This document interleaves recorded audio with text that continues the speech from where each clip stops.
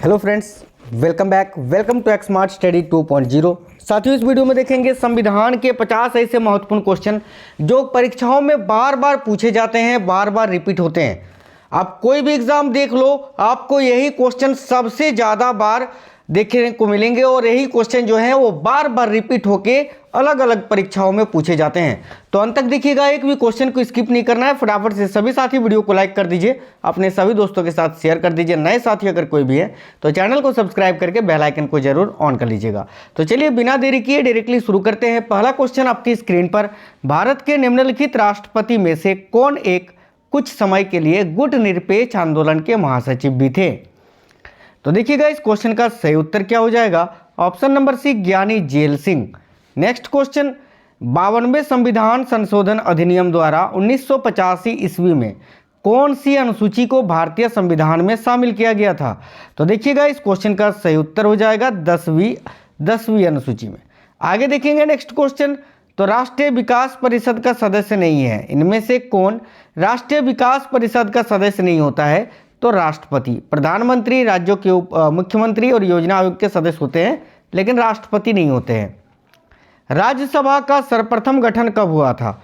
तो देखिएगा साथियों, राज्यसभा का सर्वप्रथम गठन हुआ था 3 अप्रैल 1952 को। निम्नलिखित में से कौन राज्य सूची में है? तो देखिए, निगमीय कर केंद्र सूची में है, जनगणना भी केंद्र सूची में है, आर्थिक नियोजन, देखिए आर्थिक एवं सामाजिक नियोजन ये भी केंद्र या फिर संघ सूची में है, लेकिन रेलवे पुलिस जो है ये राज्य सूची में है। तो इस क्वेश्चन का सही उत्तर हो जाएगा ऑप्शन नंबर ए। 42वें संविधान संशोधन के 10 आचार आदर्शों को किस नाम से जाना जाता है? तो भाई देखिएगा, 42वें संविधान संशोधन के 10 आचार आदर्शों को किस नाम से जाना जाता है? तो मौलिक कर्तव्य के नाम से। नेक्स्ट क्वेश्चन, भारतीय संविधान कब लागू हुआ था? तो साथियों, भारतीय संविधान को अपनाया गया था 26 नवंबर 1949 को, ठीक है, लेकिन ये लागू हुआ था 26 जनवरी 1950 को। इसीलिए हम प्रत्येक वर्ष 26 जनवरी को गणतंत्र दिवस यानी रिपब्लिक डे मनाते हैं। निम्नलिखित में से कौन सा विषय राज्य सूची में सम्मिलित नहीं है? इनमें से कौन सा विषय है जो राज्य सूची में सम्मिलित नहीं है? तो पुलिस, न्याय और जेल ये तीनों राज्य सूची का विषय है, लेकिन शिक्षा संघ सूची का विषय है। तो ऑप्शन नंबर डी सही उत्तर हो जाएगा। भारत का राष्ट्रपति चुने जाने वाले प्रथम गैर कांग्रेसी उम्मीदवार कौन थे? साथियों, भारत का राष्ट्रपति चुने जाने वाले प्रथम गैर कांग्रेसी उम्मीदवार कौन थे? तो बीबी गिरी। ऑप्शन नंबर ए सही उत्तर हो जाएगा। संघात्मक शासन व्यवस्था को सर्वप्रथम किस देश ने अपनाया था? तो देखिएगा, संघात्मक शासन व्यवस्था को सर्वप्रथम किस देश ने अपनाया था? सही उत्तर क्या हो जाएगा? तो साथियों, कनाडा ने। कनाडा। और हमारे संविधान में जो संघीय स्वरूप है वो कनाडा के संविधान से ही लिया गया है। निम्न में से किस स्थिति में किसी भारतीय व्यक्ति की भारतीय नागरिकता समाप्त हो सकती है? तो त्यागने पर, पर्यावसन पर और वंचित किए जाने पर, उपयुक्त सभी। ऑप्शन नंबर डी सही उत्तर हो जाएगा। संविधान के किस अनुच्छेद के अंतर्गत मंत्रीगण सामूहिक रूप से लोकसभा के प्रति उत्तरदायी होते हैं? इस क्वेश्चन का सही उत्तर हो जाएगा अनुच्छेद 75 के तहत, आर्टिकल 75।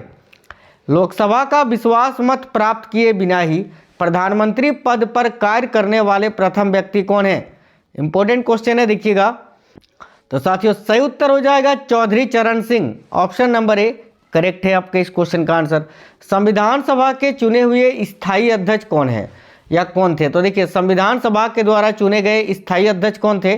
तो डॉक्टर राजेंद्र प्रसाद। और अगर अस्थायी अध्यक्ष पूछें जो सबसे पहले बने थे, तो याद रखिएगा सच्चिदानंद सिन्हा। लेकिन स्थायी पूछा है तो ऑप्शन नंबर सी सही उत्तर हो जाएगा, डॉक्टर राजेंद्र प्रसाद। भारतीय संविधान की प्रस्तावना के अनुसार भारत के शासन की सर्वोच्च सत्ता किसमें निहित है? तो साथियों, भारतीय संविधान की प्रस्तावना के अनुसार भारत के शासन की सर्वोच्च सत्ता जो है वह जनता में निहित है। ऑप्शन नंबर ए सही उत्तर हो जाएगा, भारत की जनता में। प्रधानमंत्री को उसके पद की गोपनीयता की शपथ कौन दिलवाता है? तो प्रधानमंत्री को उनके पद की गोपनीयता की शपथ जो है वो भारत के राष्ट्रपति दिलवाते हैं। ऑप्शन नंबर ए सही उत्तर हो जाएगा।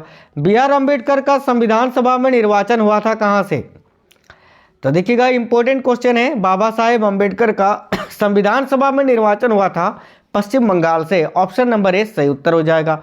कौन सा राज्य सबसे अधिक प्रतिनिधि लोकसभा में भेजता है? इंपॉर्टेंट क्वेश्चन है, कौन सा राज्य है जो सबसे अधिक प्रतिनिधि लोकसभा में भेजता है? तो Uttar Pradesh, option number D सही उत्तर हो जाएगा। राष्ट्रपति किस विधेयक को पुनर्विचार के लिए नहीं लौटा सकते? तो देखिएगा, राष्ट्रपति किस विधेयक को पुनर्विचार के लिए नहीं लौटा सकता? तो धन विधेयक को, ऑप्शन नंबर सी। संविधान के किस अनुच्छेद में यह अंकित है कि इंडिया अर्थात भारत राज्यों का एक संघ होगा? तो साथियों, ये तो अनुच्छेद 1 में ही वर्णित है, आर्टिकल 1 में, ऑप्शन नंबर ए सही उत्तर हो जाएगा। 73वां संविधान संशोधन ये किससे संबंधित है? देखिएगा, 73वां संविधान संशोधन अधिनियम ये साथियों पंचायती राज प्रणाली से संबंधित है, तो ऑप्शन नंबर सी सही उत्तर हो जाएगा। स्थानीय सांसद और विधायक किसके पदेन सदस्य होते हैं? स्थानीय सांसद और विधायक ये किसके पदेन सदस्य होते हैं? तो जिला परिषद के, ऑप्शन नंबर सी सही उत्तर हो जाएगा। ईवीएम का प्रयोग भारतीय चुनावों में कब से प्रारंभ हुआ था? ईवीएम यानी इलेक्ट्रॉनिक वोटिंग मशीन। और साथियों, ईवीएम का प्रयोग भारतीय चुनावों में कब से प्रारंभ हुआ था? 1998 में, ऑप्शन नंबर सी। भारतीय संविधान कैसा है? तो भारतीय संविधान कैसा है? अंशतः कठोर और अंशतः लचीला, ऑप्शन नंबर डी। संसद के दोनों सदनों का सत्रावासन कौन करता है?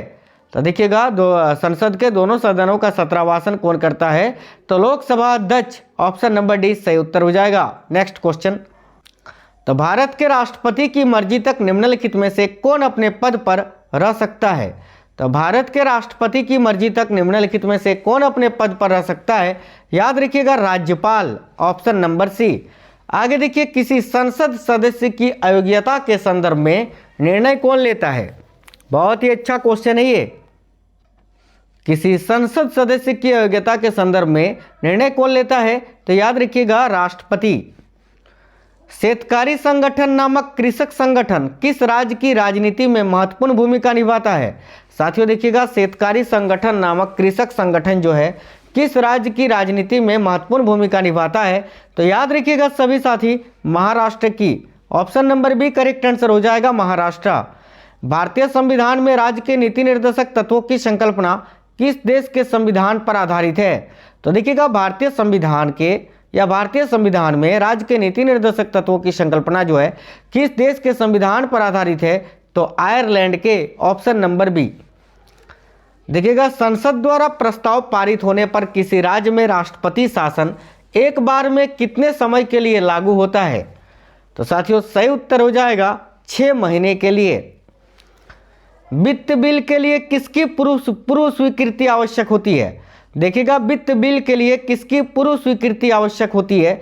इंपॉर्टेंट क्वेश्चन है साथियों, भारत के राष्ट्रपति की।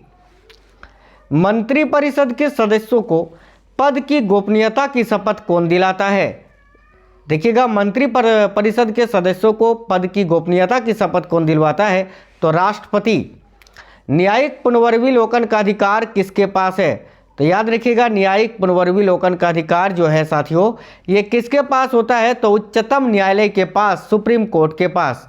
किस संशोधन से समाजवादी, धर्मनिरपेक्षता तथा राष्ट्र की एकता एवं अखंडता शब्द भारतीय संविधान में जोड़े गए थे? तो याद रखिएगा, संविधान के 42वां संशोधन के तहत। वर्तमान समय में भारतीय संविधान के अंतर्गत संपत्ति का अधिकार एक किस प्रकार का अधिकार है?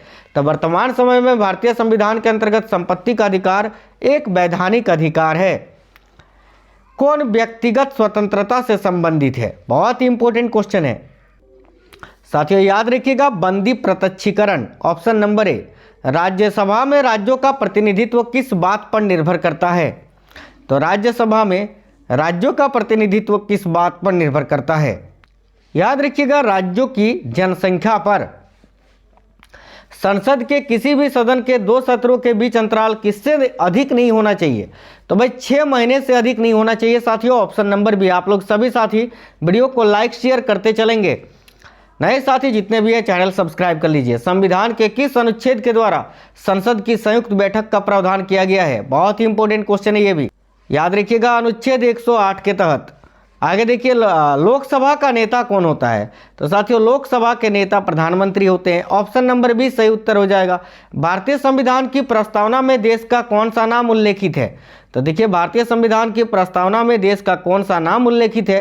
तो याद रखिएगा, भारत और इंडिया। ऑप्शन नंबर सी आपका सही उत्तर हो जाएगा। साथियों ये 50 क्वेश्चन बहुत ही इंपॉर्टेंट थे। आपको ये वीडियो कैसा लगा है कमेंट बॉक्स में कमेंट करके बता दीजिए। साथियों ये चैनल नया है, आप लोग प्यार दीजिए। आपको डेली जो है टॉपिक वाइज और बहुत ही अच्छे अच्छे सिलेक्टेड वीडियोस क्लासेस, आपको अल्टीमेट अनलिमिटेड क्लासेस मिलते रहेंगे। तो चैनल सब्सक्राइब करके बेल आइकन ऑन कर लीजिएगा। सभी साथी वीडियो को शेयर कर दीजिए। मिलेंगे अगली वीडियो में नेक्स्ट क्लास के साथ, तब तक स्वस्थ रहें। जय हिंद साथियों, वंदे मातरम।